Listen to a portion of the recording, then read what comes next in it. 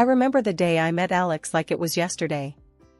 I was at this little dive cafe, minding my own business, sipping on the cheapest coffee they had, trying to make sense of my scattered thoughts and plans. That's when he walked in, like a scene straight out of a movie, except there were no dramatic lights or music, just the sound of the bell above the door and the smell of stale coffee mixed with his aftershave. "Is this seat taken?" he asked, pointing to the chair across from me with a smile that could knock you off your feet. "Looks free to me," I replied, trying to sound cool and not at all flustered by his sudden appearance. We started talking, and damn, it was like we were cut from the same cloth. He was into all the junk I was, from binge-watching the same trashy series to arguing about the best pizza topping. It's pineapple, fight me. Fast forward a bit, and we're dating. Not just casual meetups, but the real deal. It felt like I'd known him my whole life, and before we knew it, we were talking about getting hitched. That's when the drama started. His parents, let me tell you, were something else. The first time I met them, it was like walking into a lion's den wearing a meat dress. They had this way of smiling while sizing you up, like they were deciding whether you were worth their time or not. "So, you're the girl Alex can't stop yapping about," his mom said, her voice dripping with something that was definitely not warmth. "Guilty as charged," I shot back, trying not to let her see she got to me. "They laid down the law pretty quick, telling us we needed to sign a prenup. Now, I ain't no gold digger, and I sure as hell don't need anyone's money, but that rubbed me the wrong way. I'll sign your prenup," I told them. "But I've got one condition. If one of us cheats, the cheater pays up $100,000. Alex looked like I'd slapped him with a fish. "Babe, I'd never cheat on you," he said, all wide-eyed and serious. Yeah, well, my ex said the same thing before I caught him with his pants down, literally. "So, it's this or nothing."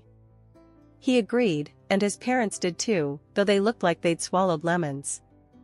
We thought that was the end of it, but boy, were we wrong. One evening, we were cuddled up on the couch, a tradition we had started since moving in together. We had this old, rickety couch that we swore we'd replace, but never did because, somehow, it had become our spot. The TV was on, but we weren't watching. We were too busy making plans for a trip to Italy we knew we couldn't afford but were determined to make happen. "Alex, think about it. The food, the wine, the art. We have to go," I said, my eyes sparkling with excitement. Alex laughed, wrapping his arm tighter around me. "Emily, babe, you had me at food. But let's face it, our bank account is more camping in the backyard than romantic getaway to Venice." I playfully nudged him. "So, we'll save. We'll cut back on. I don't know, things we don't need, like your video games." He feigned horror. "Not the video games. Take my shirts, my shoes, even my beloved coffee maker, but leave the games alone." We laughed, but that was us, always dreaming big but grounded in the reality of our modest lives. We didn't care, we were happy. The happiness wasn't just in the big moments, it was in the little things, too. Like how Alex would make breakfast on Saturdays. He couldn't cook to save his life, but he'd somehow mastered the art of scrambled eggs and toast, which he'd serve with a side of his terrible coffee. I loved those mornings. "Hey, I'm thinking scrambled eggs today, what do you think?" he'd ask, already heading to the kitchen. "Only if you promise not to burn the toast this time," I'd call out, followed by, "And I'm making the coffee." One day, the topic we had been avoiding came up. We were doing dishes together, a mundane task that somehow felt special because we were doing it together. "Emily, we need to talk about, starting a family," Alex said, breaking the comfortable silence. I paused, a plate in hand. "I know. It's scary, isn't it? What if we can't?" Alex turned to me, drying his hands on a towel. "Then we'll deal with it, together. But we won't know until we try, right? I mean, how hard can it be?" I laughed, a mix of nerves and love. Famous last words, babe. But that's how it was with us. No matter what we were facing, we faced it together. Even when his mom started dropping not-so-subtle hints about grandchildren every chance she got, we took it in stride. "Emily, darling, when are you going to give me some grandbabies? You're not getting any younger, you know," she'd say, her voice sweet but the message anything but. I'd bite my tongue, smile, and say, "We're working on it, aren't we, Alex?" And he'd jump in, "Yeah, Mom, lay off, will you? These things take time." But as the year went on, the pressure started to build, not just from his mom, but from within. We wanted a family, but it wasn't happening as easily as we had hoped. Ever since Judy found her new hobby of making my life a living hell, our home turned into a battleground, and the main weapon was her sharp tongue. It wasn't just about the occasional jibe anymore, it was an all-out war, with daily assaults on my self-esteem and role as a wife. It all spiraled one Sunday lunch, a day that was supposed to be laid back and peaceful. Judy, with her uncanny timing, dropped by uninvited, just as we were about to sit down.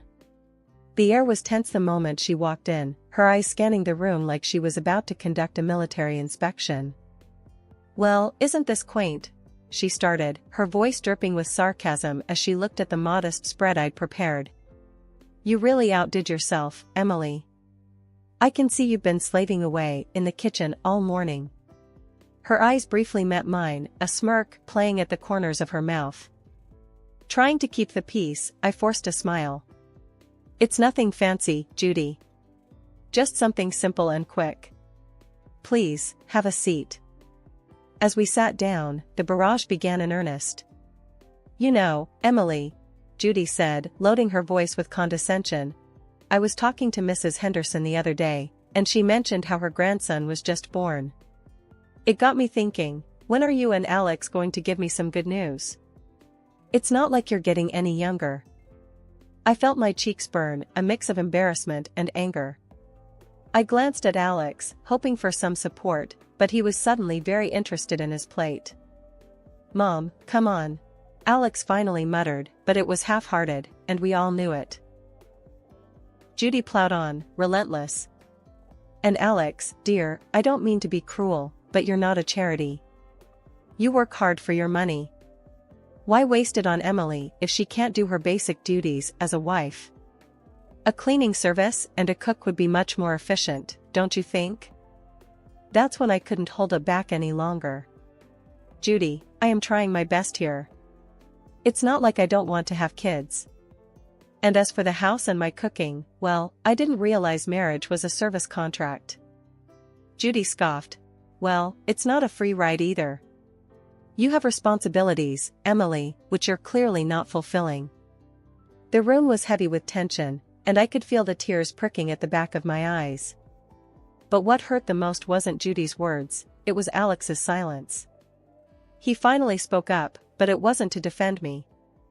"Yeah, Mom has a point.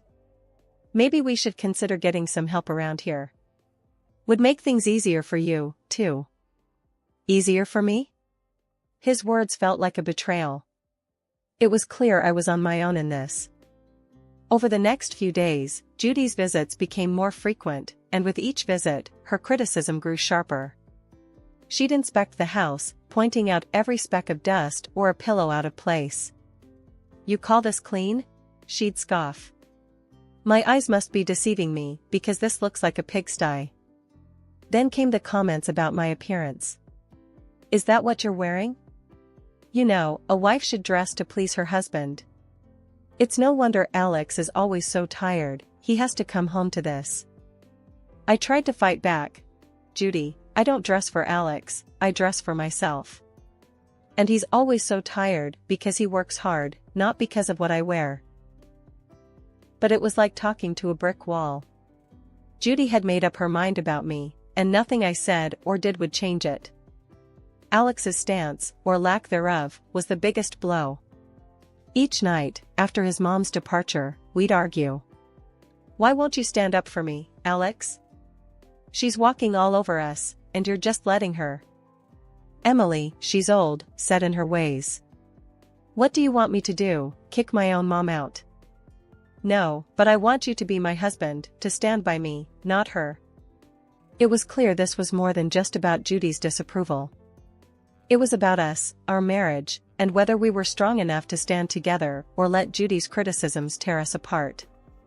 As the days turned into weeks, I realized that this wasn't just a phase. It was a full-blown siege, and if we didn't do something soon, there might not be anything left to save. Things between me and Alex had been icy since Judy ramped up her campaign of critique. But it wasn't just the home front that was feeling the strain. Alex himself had started acting weird, and not in a he's just stressed at work kind of way. It was something else, something that made my stomach twist in knots. It started with the phone calls. Alex had always been pretty open about his phone, we didn't keep secrets from each other. But then, he started stepping out of the room every time he got a call. And it was always the same caller ID, John Work. Who's John Work? I asked one evening, trying to keep my voice casual. Alex flinched, a telltale sign that he was on edge. Oh, just a new guy at the office. Lots of questions, you know? But it didn't stop there. Alex, who was as far from a fashionista as you could get, suddenly started caring about his appearance. Gone were the days of graphic tees and worn-out jeans. Now, it was all crisp shirts and slacks. And cologne, he was using cologne now. Since when did he care about smelling like a department store? What's with the new look, Alex? Got a job interview or something? I joked one morning, watching him comb his hair in a way I'd never seen before. He just smirked, a little too quickly. Just felt like changing things up. No harm in that, right? And the late nights at work, they were becoming a regular thing. Another long one, babe? I'd text, trying not to sound too needy. Sorry, Em. This project is killing me. Won't be late, I promise. He'd text back, but the clock would tick well past midnight before I heard his keys in the door. I tried to shake the feeling that something was off, but it clung to me like a shadow. That's when I decided to hire a private detective. It felt like something out of a bad TV show, but I had to know for sure. The evidence came in a plain brown envelope, the contents as damning as they were heartbreaking. Photos of Alex with another woman, their intimacy undeniable, captured in frozen moments that shattered our years together. But it was the recording that cut the deepest. Their conversations, filled with endearments and plans, left no room for doubt. They were in love, or at least, he was with her. I sat there, the evidence spread out in front of me, a cold realization settling in. This was it, this was the proof that could anchor me in a stormy divorce, should it come to that. Photos that caught moments stolen from our life together, and words that betrayed every "I love you" he had ever whispered in my ear. But I kept it all a secret, a painful burden I chose to carry alone. I wasn't ready to confront him, not yet. I needed a plan, a way to navigate the wreckage of our marriage with my dignity intact. The following days were a blur. Alex continued his charade, and I played along, the perfect wife with a smile plastered on my face and a heart breaking silently. Our conversations became a dance around the truth, each word measured, every laugh forced. Everything okay, Em? You've been quiet, Alex would ask, his concern seemingly genuine. Yeah, just tired, you know? Work's been crazy, I'd reply, the lie tasting bitter on my tongue. It was just another mundane day, or so I thought, until I stumbled upon a conversation that would change everything. There I was, passing by the slightly ajar door to Alex's office, when their voices caught my attention. It was Alex and his mother, Judy, and they weren't just chit-chatting. The tone was serious, heavy with intent. I'm telling you, Mom, I can't do this anymore. It's not just about the kids, I've lost all feeling for Emily. It's like we're roommates, not husband and wife. Alex's voice, strained and tired, floated through the gap. Judy's voice, ever so sharp, replied, Well, of course, you feel that way. She's not given you a child, and let's be honest, what else has she brought to this marriage? But let's not be hasty. My 70th birthday is coming up, and we wouldn't want to miss out on a generous gift from her, now would we? The cynicism in her voice was like a knife twisting in my gut. They were plotting against me, using me until they deemed it convenient to throw me aside. And after we get a nice, expensive gift, we can kick her to the curb, right? Alex said, his voice cold and calculating. Exactly, dear. Just bide your time a little longer, Judy confirmed, her voice dripping with malice. I stood there, rooted to the spot, a mix of shock and anger boiling inside me. They were planning my exit from this family as casually as one would plan a grocery list. The hurt was deep, but it sparked something else in me, a burning desire for revenge. They thought they could use me, discard me at their convenience? I'd show them I wasn't just some pawn in their twisted game. A few days later, during a family dinner that felt more like a farce than a meal, Judy brought up her upcoming birthday. With the same smirk that I had come to despise, she leaned in and asked, "So, Emily, dear, what are you planning for my birthday? Something special, I hope." I met her gaze, my face a mask of calm. "Actually, Judy, I was thinking of throwing you a dinner at the city's most luxurious restaurant. A night you won't forget." Her eyes lit up with greed, and she exchanged a quick, satisfied look with Alex. They thought they had me cornered, but little did they know, I was already 2 steps ahead. "Oh, Emily, that sounds delightful. Just close family, you know." "Keep it intimate," Judy said, her voice oozing fake sweetness. "Of course, Judy. It'll be our pleasure," I replied, the words tasting like ash in my mouth. The weeks leading up to Judy's 70th birthday felt like a slow march towards D-Day. Every smirk from her, every indifferent shrug from Alex, fueled my resolve. The plan was simple yet bold, just like the movies: host a lavish dinner at the city's most luxurious restaurant under the guise of a loving gesture, then drop the bombshell. But, like any good plot, the devil was in the details. The night before the party, the tension at home was palpable. Alex, oblivious to the storm brewing, was casually lounging on the couch, scrolling through his phone. "Everything set for tomorrow?" he asked, not looking up. "Oh, you could say that," I replied, my tone light, belying the turmoil inside. The day arrived, and as guests started to fill the opulent dining room reserved for Judy's celebration, the air was thick with anticipation. My heart raced, not from nerves, but from the adrenaline of what was about to unfold. Judy, ever the queen bee, basked in the attention, lavishing in the luxury of her surroundings. "Oh, Emily, you've outdone yourself.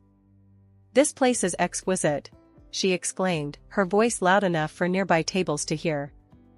As we all settled in, the meal proceeded with the kind of forced merriment that comes with such family gatherings. Laughs were shared, stories exchanged, and then, as the dessert plates were cleared away, the waiter approached with the final act of the evening, the bill. He leaned in, discreetly informing us the dinner cost was $3,000. Without missing a beat, I handed over my card, the gesture unnoticed by most. It was then Alex, with a smirk that didn't reach his eyes, decided to drop his bombshell. "Emily, I think it's time everyone knew. I'm tired of this, of us. I want a divorce." The words hung in the air, a toxic cloud that seemed to suffocate all other noise in the room. Before I could even process the full weight of his statement, Judy piped up, her voice sharp and unforgiving. "Well, then. Since that's out in the open, I think it's best you leave, Emily. We're celebrating family tonight, and well, you're no longer part of it." The room went deadly silent. Every eye was on me, waiting to see how I'd crumble. But I didn't. With a calm I didn't feel, I stood, nodded, and walked out without a word. The cool night air hit me like a slap as I made my way home, the finality of everything that had happened washing over me in waves. By the time I reached his apartment, a plan formed. I packed my essentials, the numbness giving way to a cold resolve. This was it. The end of one life and the start of another. As I zipped the last suitcase, my phone started buzzing, a relentless, insistent vibration that I initially ignored. Curiosity, however, got the better of me. Judy's voice screeched from the other end. Emily. The payment didn't go through. You need to fix this now. The sweet, sweet irony. In my preparations for the inevitable, I had secured my exit strategy.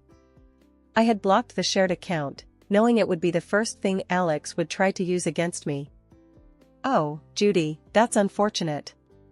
But since I'm no longer part of the family, as you so eloquently put it, I'm afraid you'll have to sort this out yourselves.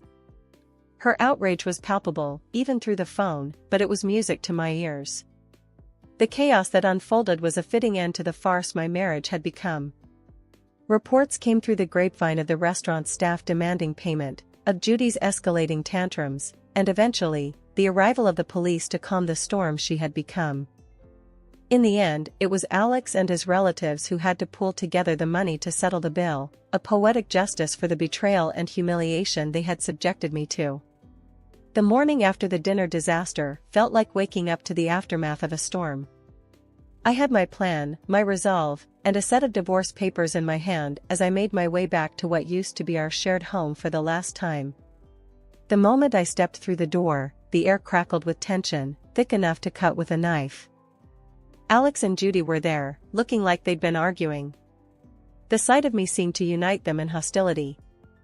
"You've got some nerve showing up here after last night," Alex spat out, his face a mix of anger and disbelief. Judy, ever the viper, was quick to add her poison. "Ungrateful wretch. You've embarrassed us in front of the whole city. Do you know how humiliating it was to have the police calm me down? People were laughing, filming. I met their fury with a calm I didn't feel." "Embarrassed? You think that's your biggest problem right now?" I tossed the divorce papers on the table, the photos of Alex's infidelity on top. "You should be more concerned with this." The color drained from Alex's face as he picked up the photos, his mother peering over his shoulder. Their outrage turned to shock, then to panic as they realized the extent of what I had. "And let's not forget the prenup, shall we?" I continued, my voice steady. "You cheat, you pay. $100,000, to be exact." Judy's face twisted into a snarl. "You wouldn't dare. You can't do this to us." "Oh, but I can. And I will." My tone was cold, final. Alex, the reality of the situation finally dawning on him, switched tactics. Please. Let's talk about this. We can fix it." I couldn't help but laugh, bitter and hard. "Fix it? You think you can just undo everything with a few words?" "No, Alex. It's done." Judy, ever the manipulator, tried a softer approach, her voice dripping with faux concern. "Emily, darling, think about what you're doing. This will ruin us." "That ship has sailed, Judy. You should have thought about that before." The begging turned to pleading, their words a desperate scramble to salvage what they could. But my mind was made up. I was done being the victim, done with their lies and manipulations. In the end, Alex had no choice but to borrow the money from his parents to pay me. As I left that house for the last time, check in hand, I felt a weight lift off my shoulders. After everything went down, I used the payout from Alex to put a down payment on a small but cozy place of my own. It's funny, you know, how much peace you can find in the walls of a place that's just yours, where every nook feels like a sanctuary from the chaos of the past. Life's quieter now, and I like it that way. I've got a job that keeps me busy, neighbors who nod and smile, and a little garden that's all mine to tend to. But every once in a while, the grapevine tosses a juicy bit my way about Alex and Judy. Just the other day, I was grabbing coffee from the corner spot where locals hang, and I bumped into someone from the old neighborhood. After the usual pleasantries, they leaned in, voice dropping to a conspiratorial whisper. "Hey, have you heard about the latest drama with your ex and his mom?" they asked, eyes gleaming with the thrill of gossip. I couldn't help but raise an eyebrow, a mix of curiosity and detachment taking hold. "Can't say that I have." "Do tell." "Well," they started, clearly savoring the moment. "It seems Judy's not too pleased with Alex's new girlfriend. Word is, they've been at it like cats and dogs. Makes your situation look like a walk in the park. The conversation moved on, but as I walked away, coffee in hand, I couldn't shake the feeling of utter relief. There was a time when news like that would have sent me spiraling, but now? Now it was just another piece of someone else's story. These days, my biggest concern is whether my tomatoes will ripen before the squirrels get to them or if I'll ever get the hang of yoga without looking like a newborn deer on ice. Life's simpler, quieter, and infinitely sweeter on this side of chaos.